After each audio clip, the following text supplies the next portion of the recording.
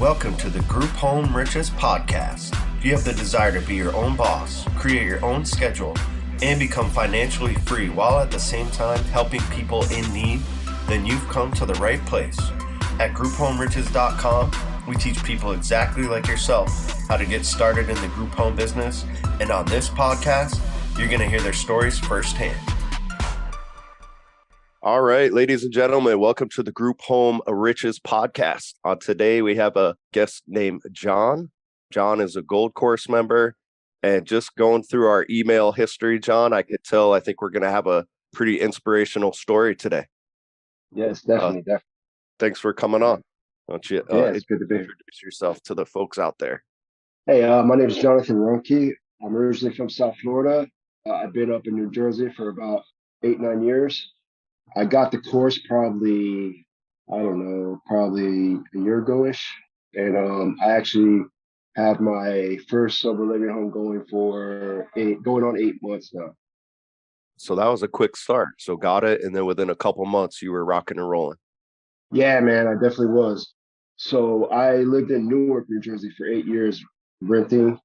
So basically, I was just saving money and getting in position to buy a property, right?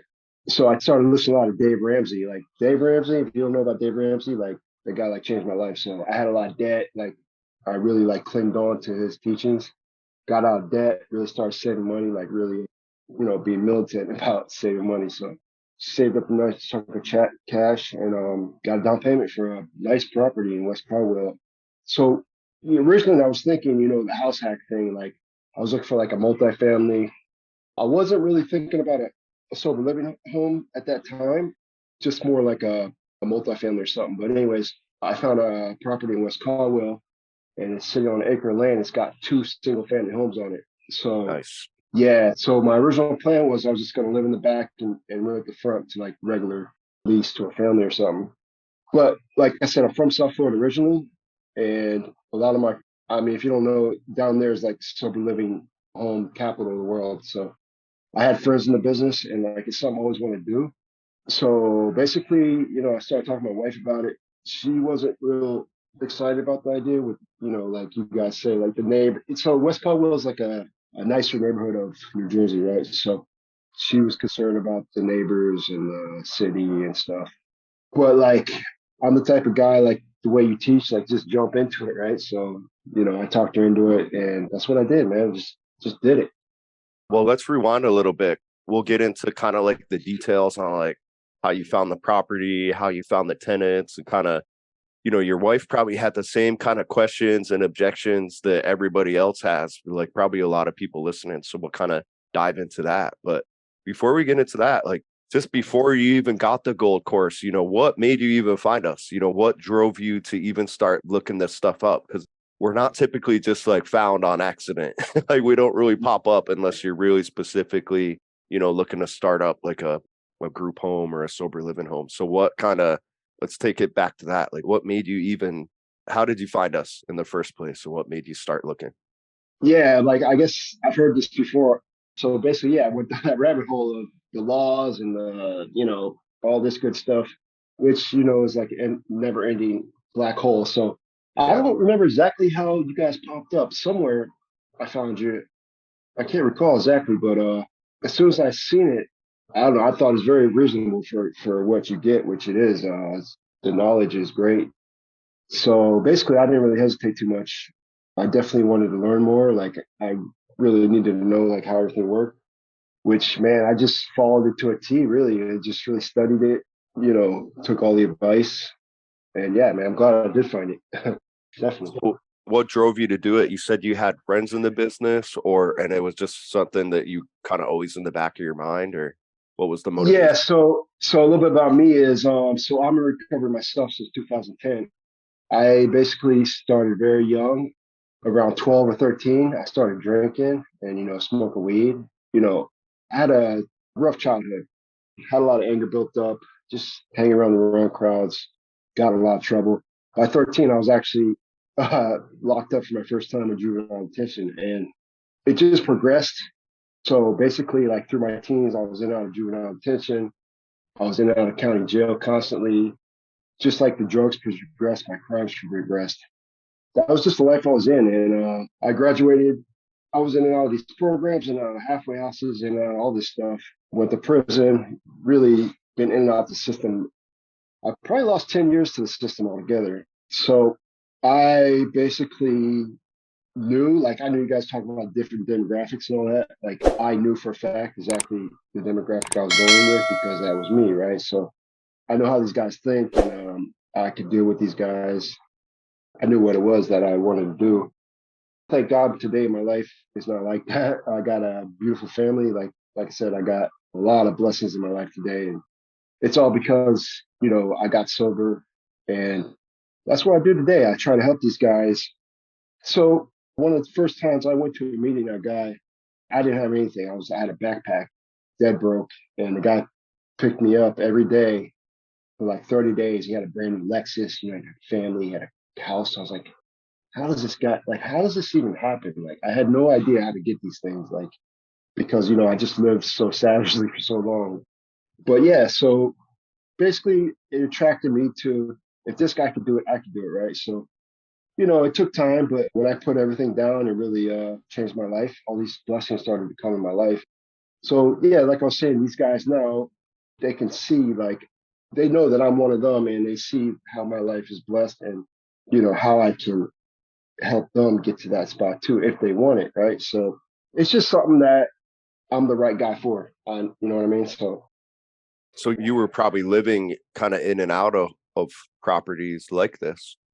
It Oh, sounds. definitely, definitely. Yeah, South Florida. Yeah, I've been through all the circuit. So, like I said, I had friends down there that I knew a lot of the owners, and a lot of owners are in recovery as well. So, yeah, it's just always something I really wanted to do. And then in Jersey, it's not like South Florida at all. Up here, there's a handful of them. There's not down there. There's millions of them. So it's definitely a need up here for them. So I saw that, and yeah, I'm glad I took that step. So this guy that was, bringing you to the meetings and stuff in the Lexus, Yeah. was he a home operator himself?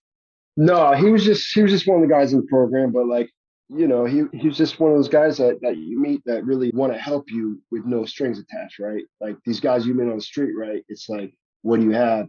If you don't have anything, buy, right? So like he knew I didn't have anything, but that's how these guys are in this program. They really got their hearts out to help people, even though like you're not in a position to help them back. So and he was just like me at one time, right? So once I seen that, like I was like, well, if he could do it, I could do it, and that's where I want to be because I can't live like this no more. I mean, end up dead or in prison for life. So thank God I made that choice to change my life. Yeah, congrats. A lot of people don't. Yeah, I appreciate that. So the guy in the program seems like he was probably pretty well off, and that was like it kind of made it real for you. Yeah, yeah, he was doing very well, and yeah, it just gave me hope, I guess you could say, because I was just so hopeless for so long. The people that were in that life would understand. Like hope is a big thing. Peace of mind is like one of my greatest gifts today. It's all the small things people take for granted, but like if you've been in those positions, like just really grateful, for small things. Absolutely. I'm guessing like you're kind of one of your motivations is kind of be like what that guy was to you. You want to be for the guys. It, exactly, yeah. So that's what I do. Like I said, I'm in recovery, so I go to meetings. I give them riser meetings. I'm sponsoring a guy in the house right now. Yeah, I'm really there for them, and it takes the right person to do that. But I enjoy it. The fact of the matter is 80% of the guys won't make it, but the one or two that does, it's really means a lot. Yeah, those are the real riches. That's what we talk about. Like you'll see Yeah. sometimes in like the emails and the blog posts and stuff, you'll see and you kind of hit the nail on the head. Not everybody that comes into these homes are gonna like turn their lives around, but we do Hmm. it for the folks that really are gonna work their programs or rehab or what have you. And Yeah. that's what really drove Andy was like the letters or the text messages that he gets from someone that was living in one of his properties and they've Hmm. completely turned their lives around. So Yeah. It's amazing. very cool. And Yeah. all right, so you had like was this guy kind of like a mentor to you? Like Is he the Yeah, one yeah. that told you about Dave Ramsey and just Nah, he didn't even tell me about that, but yeah, he was in my wedding. He's basically like, I could call him for anything for advice. He's just one of my best friends, you know what I mean? Be there for anything. Like I know he would always be there for me. And like I said, I didn't have a lot of those people in my life because of the life I was living. So, today I got a good network of guys like that just do anything for you and really care.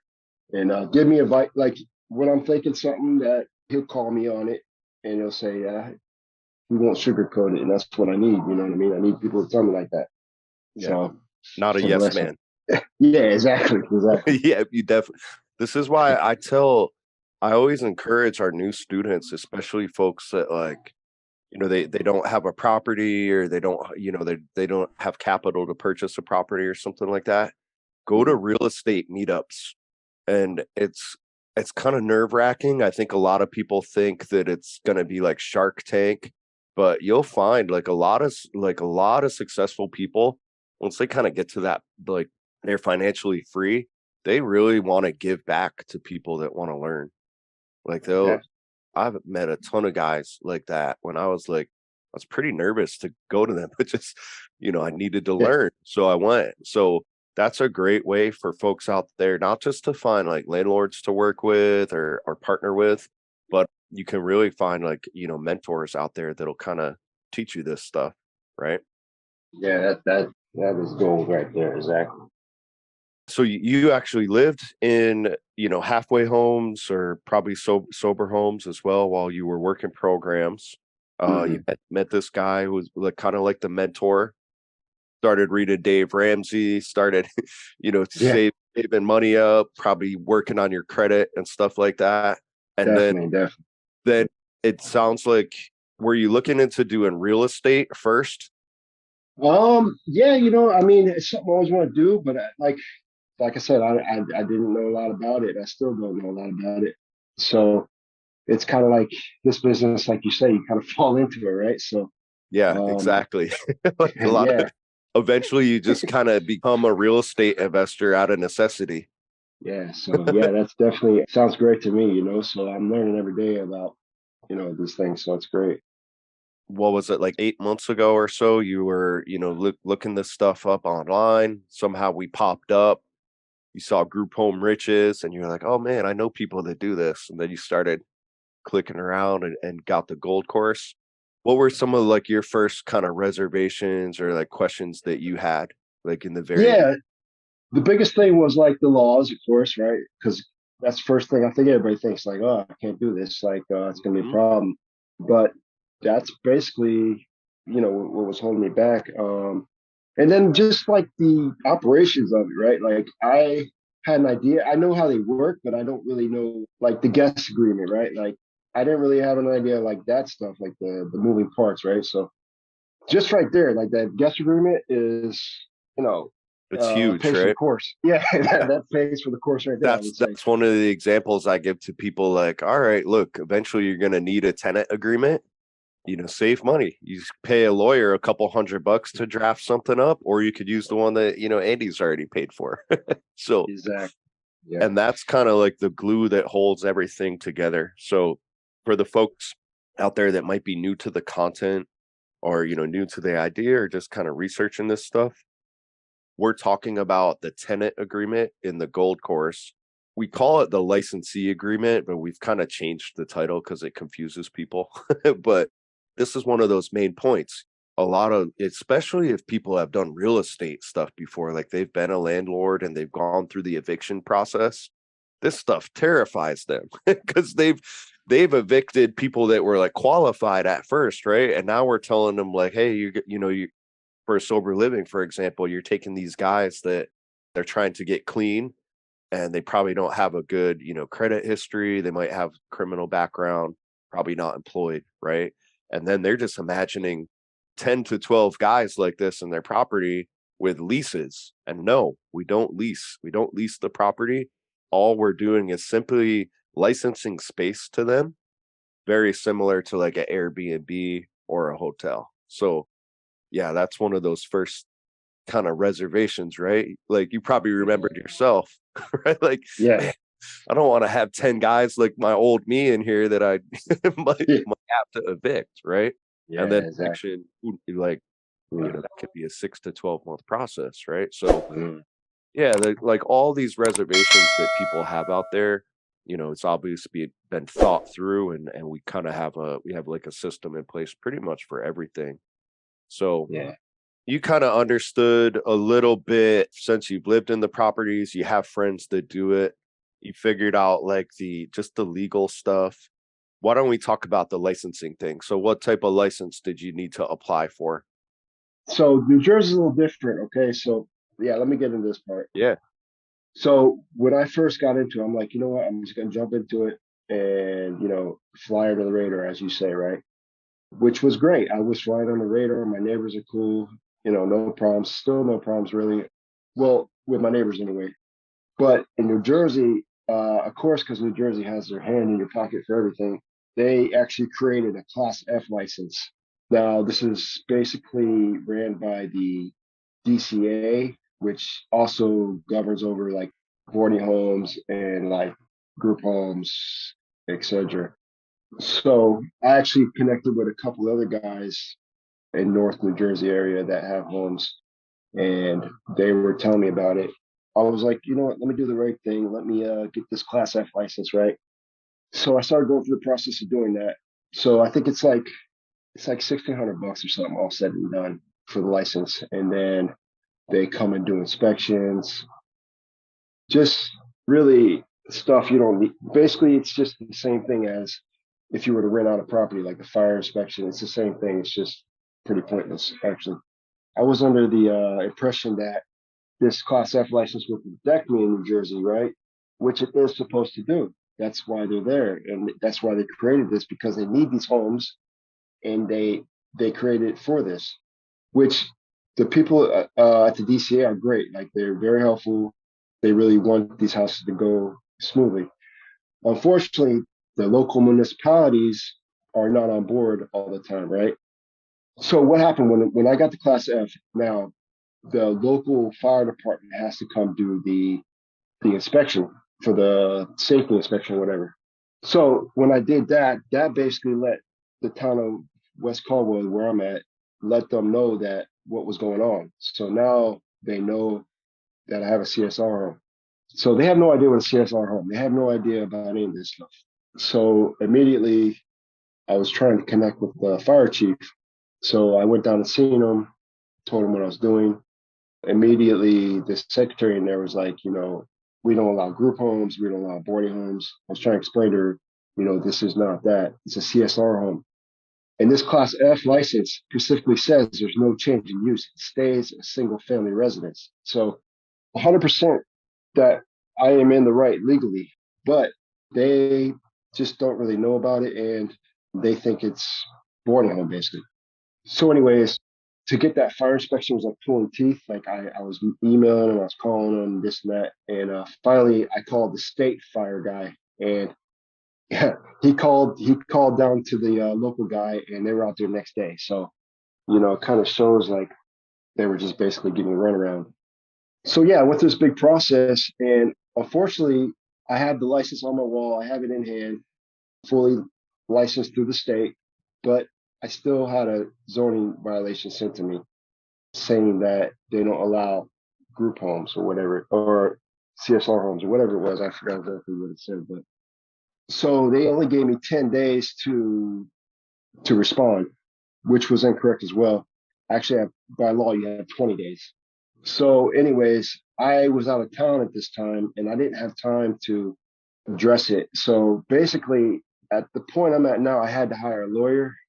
I had to hire a zoning lawyer, and she basically opposed the zoning violation. So when she did that, we got a letter back saying that, we have to go in front of the board, a couple other things. So that's kind of where I'm at now. But there's actually a state law in New Jersey that is specifically for this. And she was saying, she put it on there.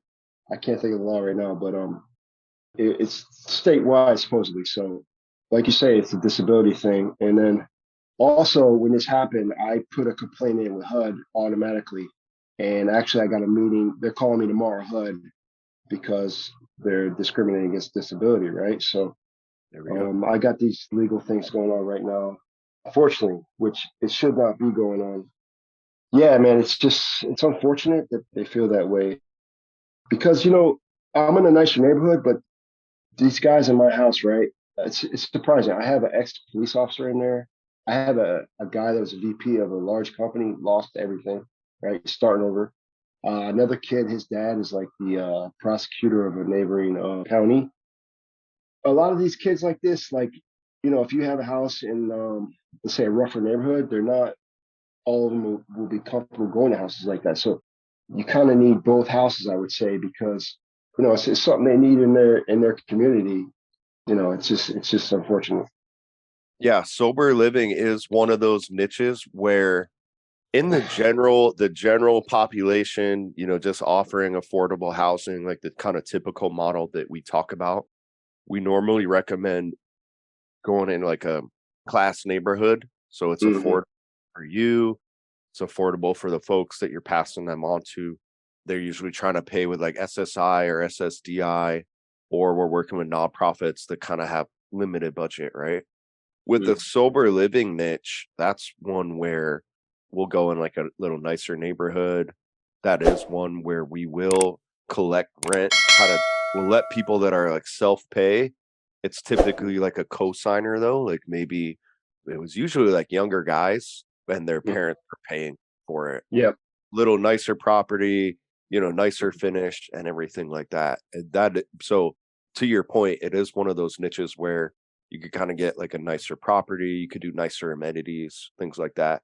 Extreme example, think of like the real nice houses in the Hollywood Hills where like Hmm. celebrities to get sober. That's an extreme example of what we're talking about. So you bring up a really good point, actually. There's this gray area when it comes to licensing. So Hmm. in the gold course, we talk about the federal, like the fair housing laws. We talk about what happens when a local town or zoning committee or what have you does discriminate against these types of properties. But that still doesn't always stop them from discriminating, which is what you're going through now. So that's interesting. So Yeah. you have a lawyer now, the zoning board is giving you trouble. The neighborhood that the property in, like what class of neighborhood would you call that? Is that like an A class neighborhood or I'm not real familiar with that, but I guess upper middle class, I would say. So we have neighboring neighborhood like towns like Essex Fells is right there, Caldwell. Like these are definitely it's Essex Fells is probably one of the richest towns in New Jersey, Caldwell as well. Mhm. So it's definitely a nicer part of and the and state. you Yeah. actually went through with the licensing process, which it doesn't sound like that licensing wasn't too like kind of cumbersome. It didn't seem like you just kind of pay the fee and what did you need to do Yeah, like yeah, application? it's not bad. It's not bad at all. You basically pay the fee. I was dragging my feet. Like I think if you really get on it, you probably could get it done within like 4 to 6 weeks. It took me probably more like 12 weeks, yeah, because they make you jump through some hoops. It's nothing crazy, but yeah, I got it done. So I'm glad I What's got it. what's what's crazy to me, and I'm sure your lawyer kind of holds the same view, is the fact that you went through the licensing process and then they were like, "Oh no, you can't do that." That's the Like thing. Like it it's isn't. It wild. makes no sense. Like why does this license exist for? It's just backwards. But And it's um, just it's on its face, it's discrimination. So I'm guessing, I mean, there's frat houses, I'm sure, right? yep, There's young kids living hundred in percent. that community, like, with roommates or private rooms. But the fact that you're housing people that are trying to get sober, they say, no, you can't do that. Right, exactly. So it's If you go on the gold course in the legal section, have you ever heard the interview with the lawyer that's a gold course member? Her name's Latanya. oh yeah, yeah, I actually talked to her directly. Nice. Yeah, she's been great. It's funny because I was I filled my house up in 45 days and I was like, I wanted to get more houses. I wasn't in a position to buy them, but I was wanted to lease, like you guys teach. Hmm. So actually, I found a great property in Montclair, which is like a couple towns over. It was beautiful, two unit, two family, 5 bedrooms on each side. So I could have put like 20 guys in there.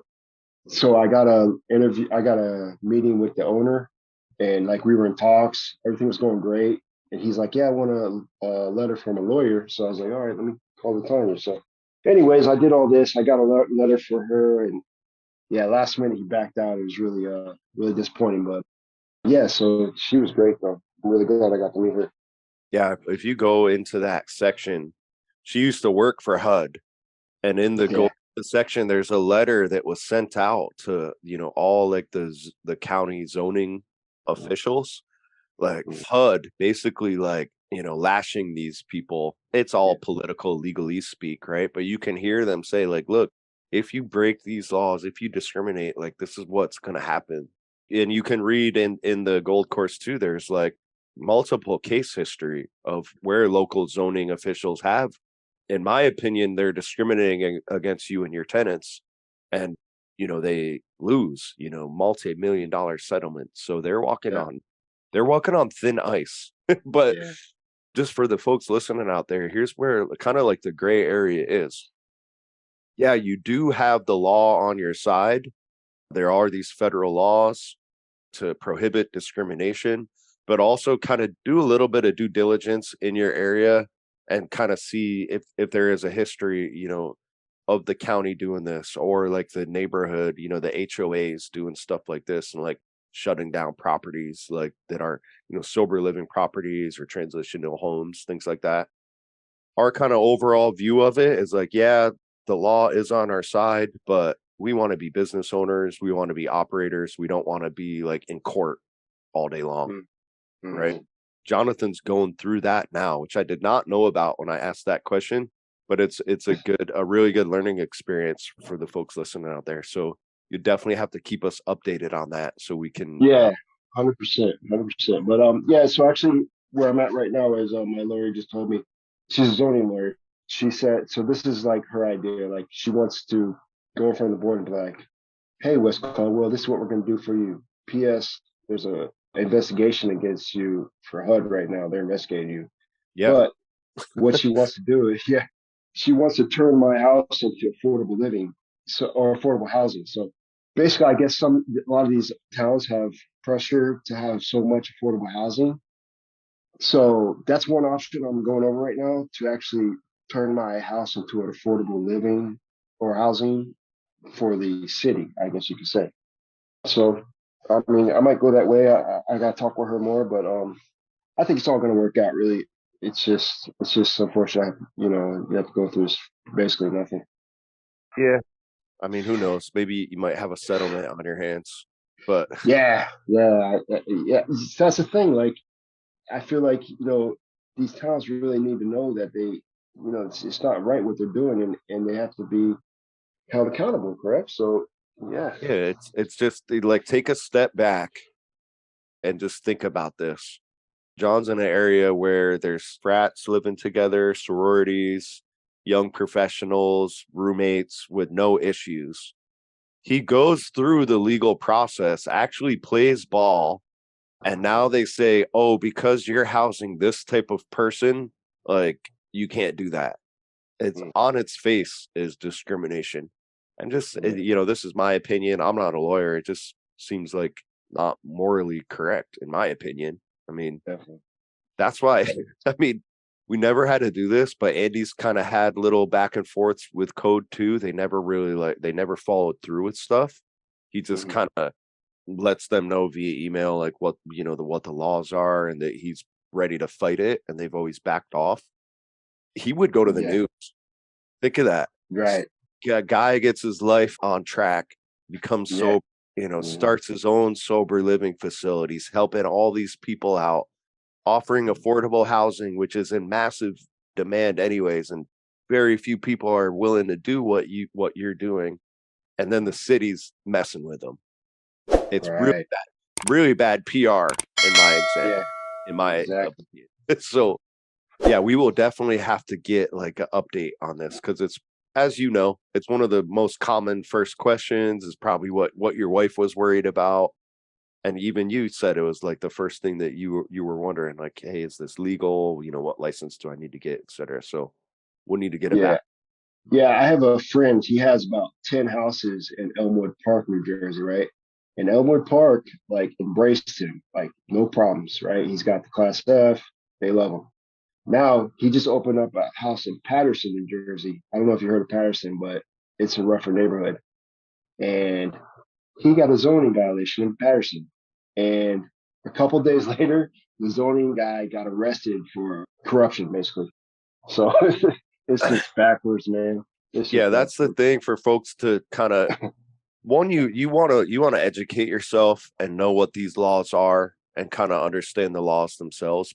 Then just understand like, hey, just because someone works for the government or like it doesn't mean that what they're doing is right.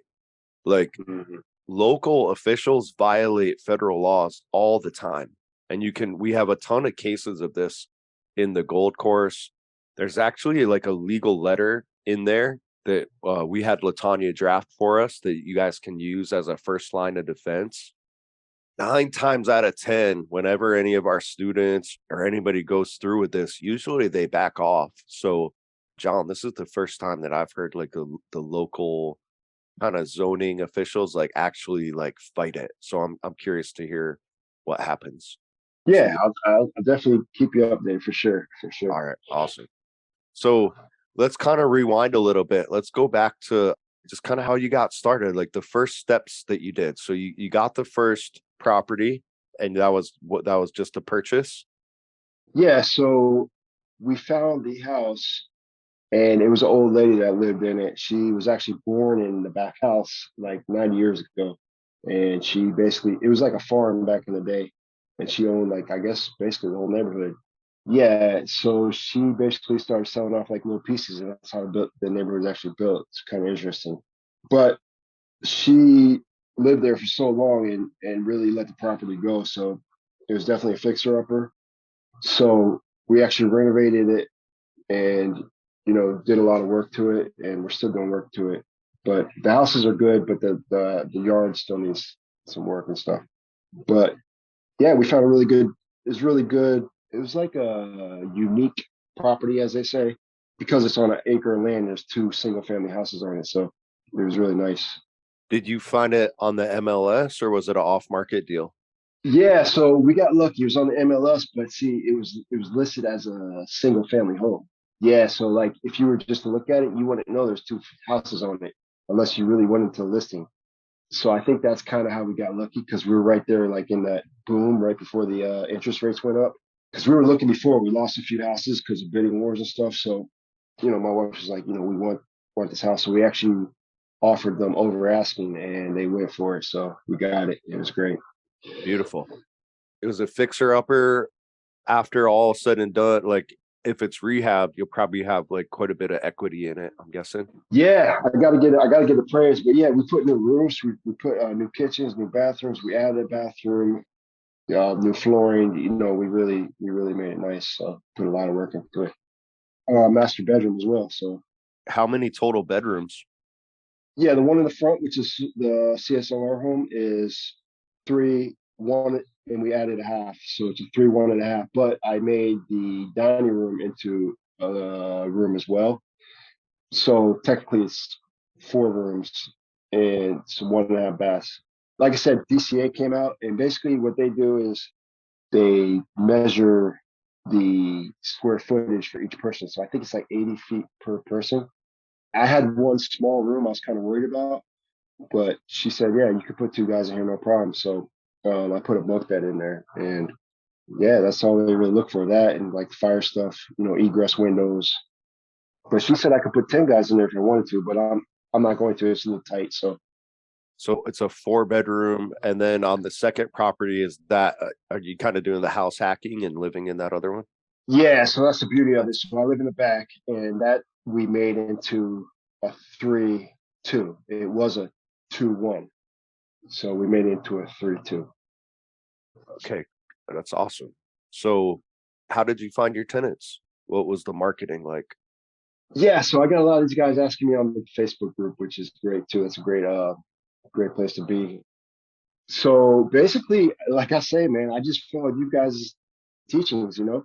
I started doing email blasts. It's crazy because the first email I sent out, I got a response, like the first one. So I was like, as soon as I got that back, I was like, oh, this is great.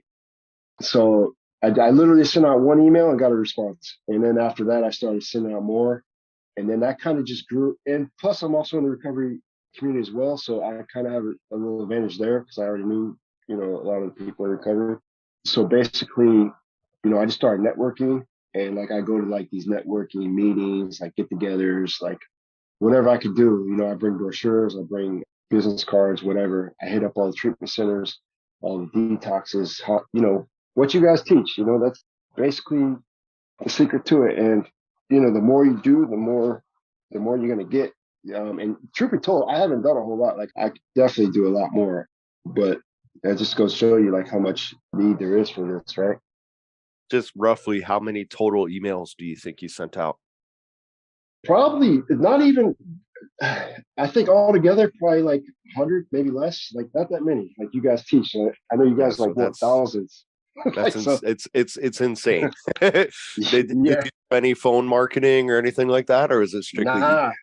no, none of Yeah, that. so I just, that's crazy. yeah, It's just to yeah, show the demand out there, guys. So 100 emails is yeah. just the way marketing generally works across all industries.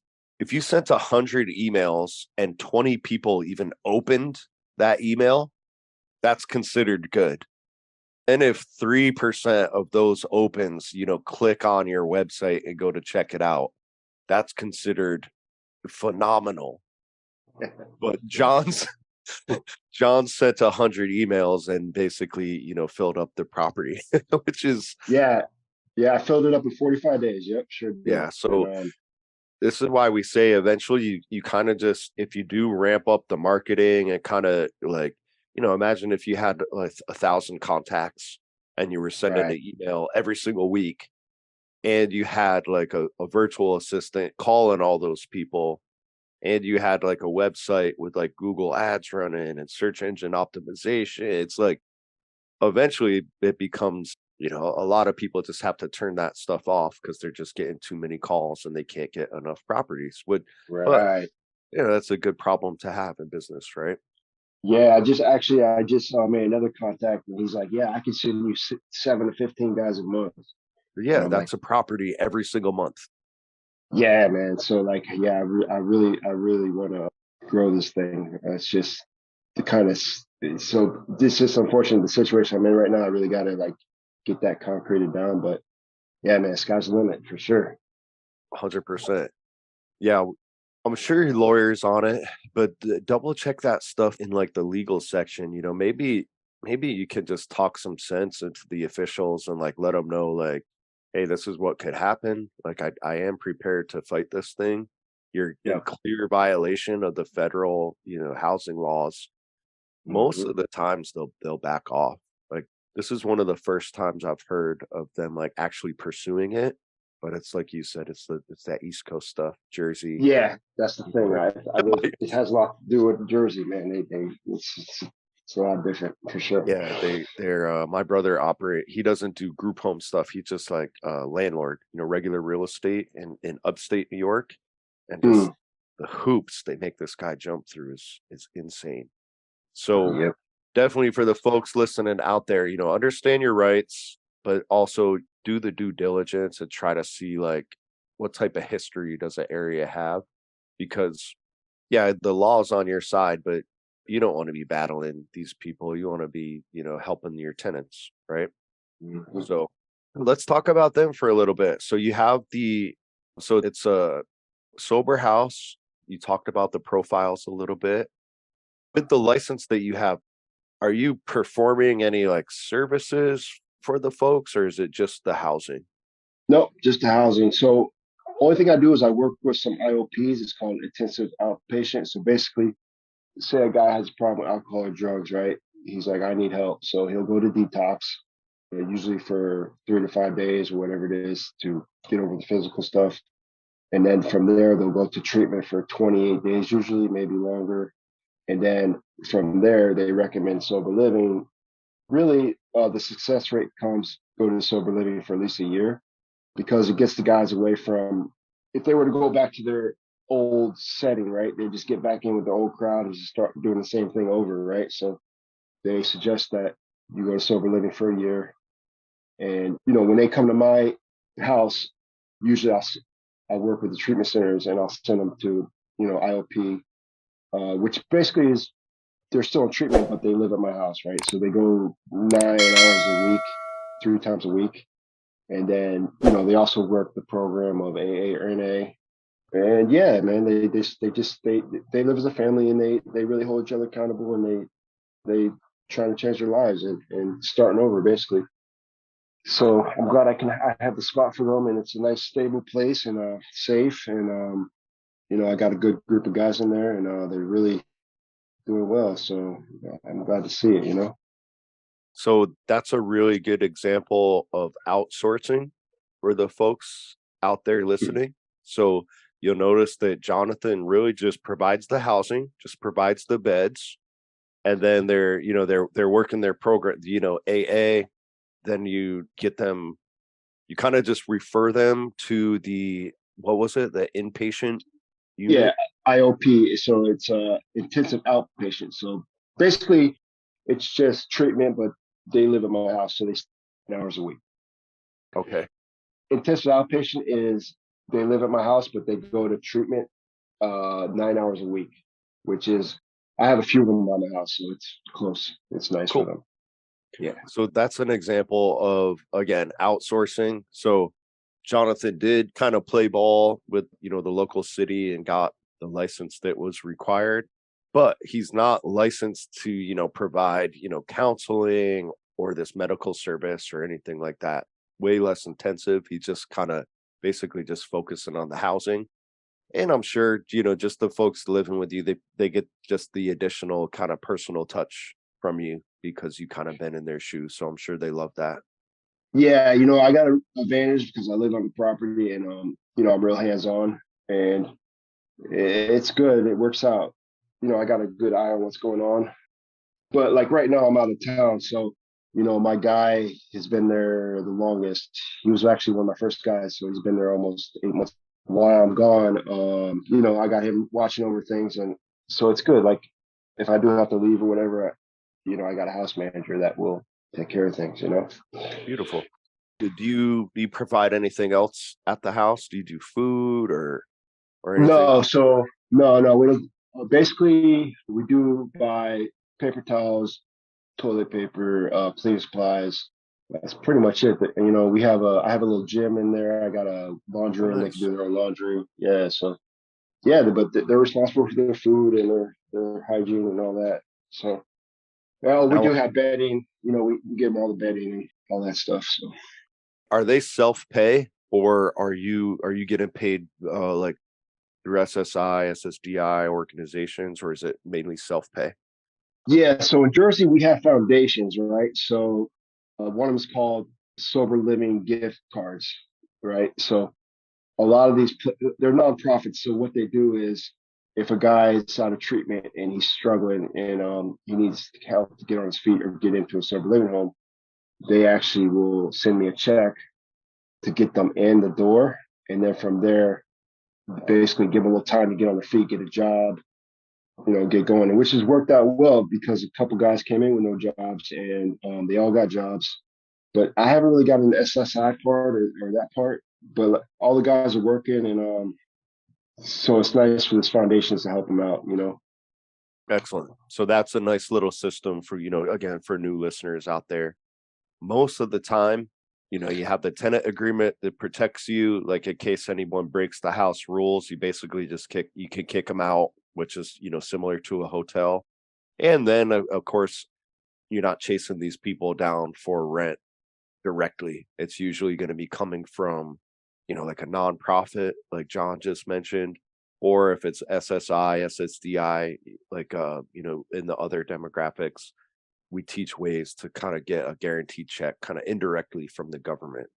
Now with Andy's sober living properties though, he would kind of allow the guys to self-pay, but it was typically coming from like an approved co-signer, like, typically Right. like their parents. And Yeah. those houses were like, those were the cash cows because it was kind of standard in that demographic. Like it was accepted to kind of be like bunk beds. And you can go over your numbers if you want, but on his sober living property, he would get the bed price was around $700 or $800 per bed, and it was bunk beds.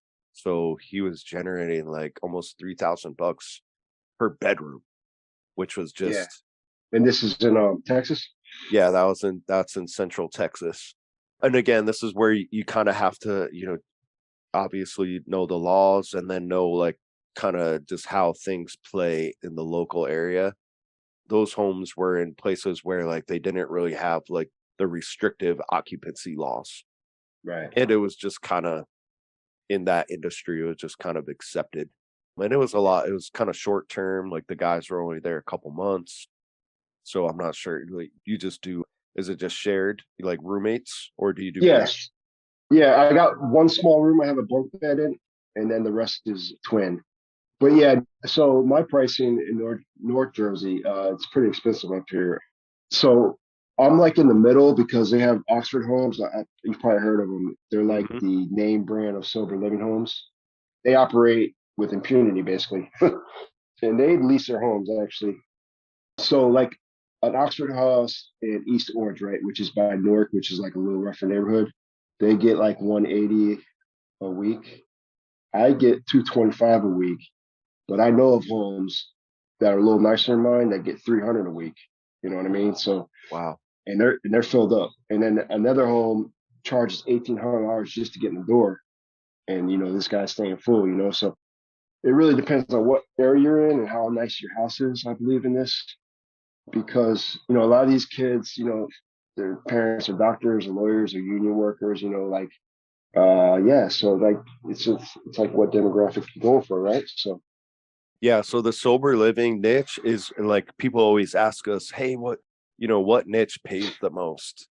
I would say sober living is in general like about 80 to 90% of our homes are just like, we get like 600, it's around $600 per bed and a shared living.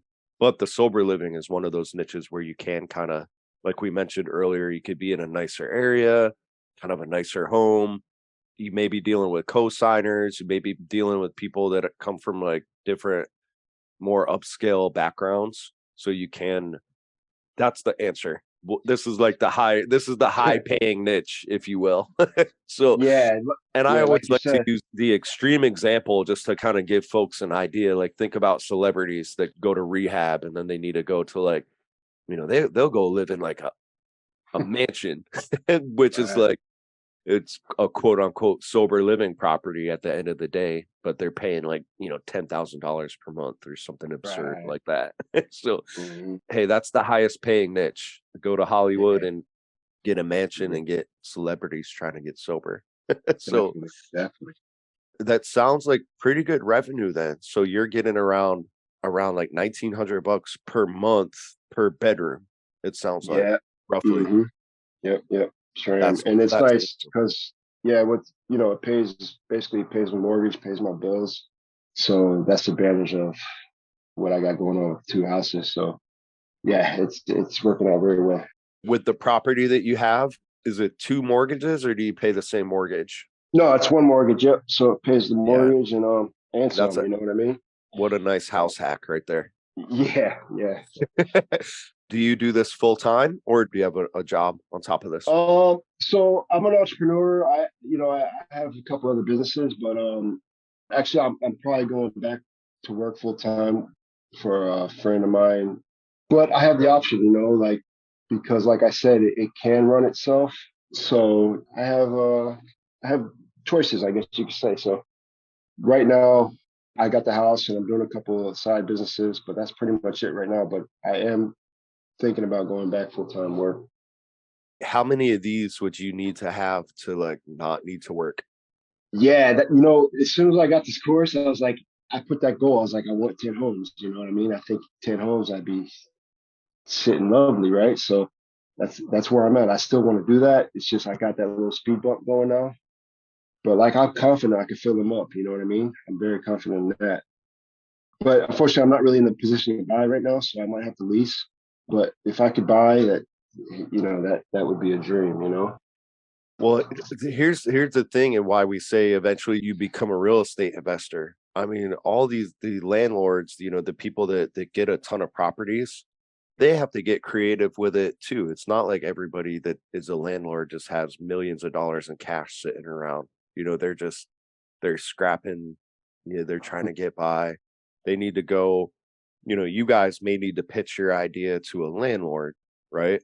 They need to Mm-hmm. go pitch their idea and themselves to, private equity or hard money lenders. So, where the position you're in, I always recommend for everybody out there, hey, start going to like local real estate meetups. It's a great way to kind of, you talk about leasing, right? I don't even think like that. Think bigger. Like go try to find a partner, but go try to find someone that has access to capital, that All has, right. access maybe to a couple properties, right? And work Yeah. something out with them. You may be able to get a couple properties to operate out of, and that could be a good business relationship to eventually, have someone to finance it. Like because eventually each bank is different, but they're typically going to cap you at like two or three properties anyways. Mm. So that's, you kind of have to go off market to find private financing and stuff like that eventually anyway. So Definitely, definitely. yeah, that's stuff we can, shoot me some messages if you want more information on that. But obviously Sure. there's the legal stuff, how to get the county off of your back. Yeah. Man, I'd reach out to the local news. That's just what me and Yeah. that's how we do Yeah. it. It's like I, I, it's I think I like might have to. think of the PR story. This True.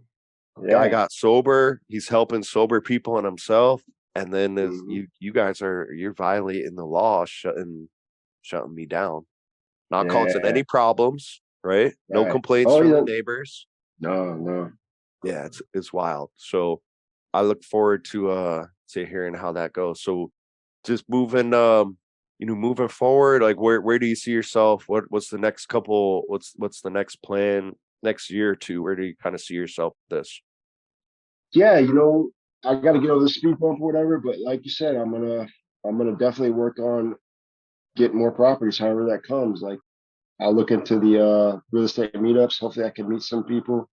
So I gotta get on that. But yeah, like I said, I am gonna have 10 homes. It's just it wasn't the same timeline I was thinking, but that's where I want to be. And this is something that for a guy like me, and it's just something that is just so attractive, and that eventually I can be sitting back and letting it run itself and helping people at the same time is just, and it's like very doable. You know what I mean? Like a lot of these things you see on the internet or whatever, like it's they're this and that, like but it's not really realistic, right? But this 100% is, and it's the real deal. So yeah, I love it. Yeah, and Jonathan's a walking testament to that. Just a couple months after getting the gold course, he was rocking and rolling. And Hmm. the other stuff, real estate investing, that's competitive, man. Like you guys want to do real estate or wholesaling, you're competing with folks like me and Andy and, and Robert Kiyosaki, right? Like there's a ton of competition, and it's kind of slim pickings. How many people out there want to sell a property for pennies on the dollar? Not that much. This is kind of the opposite. There's like so much need for it. So many people want this type of housing. There's so much like funding that goes into it, and there's just not a lot of people that are kind of willing to do it. So yeah, if you get in there, you kind of do what we teach. It's very doable to have a nice little cash flowing business within a couple months, like Jonathan did. And Sure. and as we're always here. We're always ready to answer your emails. We want to see you guys do even bigger. So Yeah. Yeah, we'll definitely have to do a part two to kind of hear about your win with the local county and kind of how you got them off of your back. And yeah, look forward to seeing like the kind of the real estate stuff pop off for you. Yeah, So for sure. where can the folks if they you have any questions for you, they want to connect with you, where can they find you? Yeah, so I'm on the Facebook group, Johnathan Runke, Ruhnke. I had a few people reach out to me. I can help you with any questions you got or whatever. Also, my website is strouthhouse.com. It's spelled out STROUTH house.com. That's another thing with the website. Like, if I was you, like, just get the gold course website, right? Because, like, I'm kind of technically advanced or whatever, but like, I'm like, I'm just gonna make my own. But like, man, I was there for like hours. I was like, you know what? It's just, I should have just paid you guys and had it done. You know what I mean? Man, the So if reason we I could have go that pay, is yeah, the reason we have that is because I went through it with yeah, websites. Like I remember it was a previous business before the real estate stuff, and it took up like a whole week yeah, of like when I should have been focusing on the business, right? And I'm exactly, going through this frustrating process, like wanting to break my computer and like 100%. Just in just go through them and get it done. That's it. yeah, in real estate investing, there's this service called I think it's called like On Carrot or something like that. But they make it really easy. You just get a template, your hosting, your domain, it's all done. We've kind of replicated that. So, we make it real easy for folks that want a website. It literally you click a button, you fill out a form, and you're done. So Yeah, beautiful. yeah. Yes, Well, Jonathan, awesome, man. Great story. Like I said, I knew it was going to be inspiring just based off of our emails. So yeah, thank you so much for coming on and sharing. And yeah, we'll have to do a part two here soon. So for sure. for folks out there, maybe you just kind of stumbled on this. This is the first time hearing about us. Head to grouphomeriches.com, sign up for the free 5-part guide. We're just gonna kind of over a couple of days, you're going to get a free course that'll kind of answer the most common questions that are probably running through your brain right now. How do you get paid? Is it legal? Systems you can put in place, all that good stuff. But if it does sound like something that you really want to get going with, you're serious about it, bare minimum, sign up for the gold course. We've already talked about, a couple of the ways that it's helped John out. I mean, he also mentioned the Facebook group. At the time of recording, the Facebook group is included with the course purchase. And I'm telling you guys that Facebook group is off the chain. You could talk with people like John. A lot of our podcast guests are on there. They're very active. You can honestly probably learn everything that you need to know from that Facebook group. So really cool community we got on there. And yeah, if you guys have any questions, we're always here to help. Reach out. And yeah, John, thank you so much. We'll have to do a part two here soon. Oh yeah, thank you. It was a pleasure. All right, man. Thank you so All much. right, Have a great night. all right. Bye bye. Bye.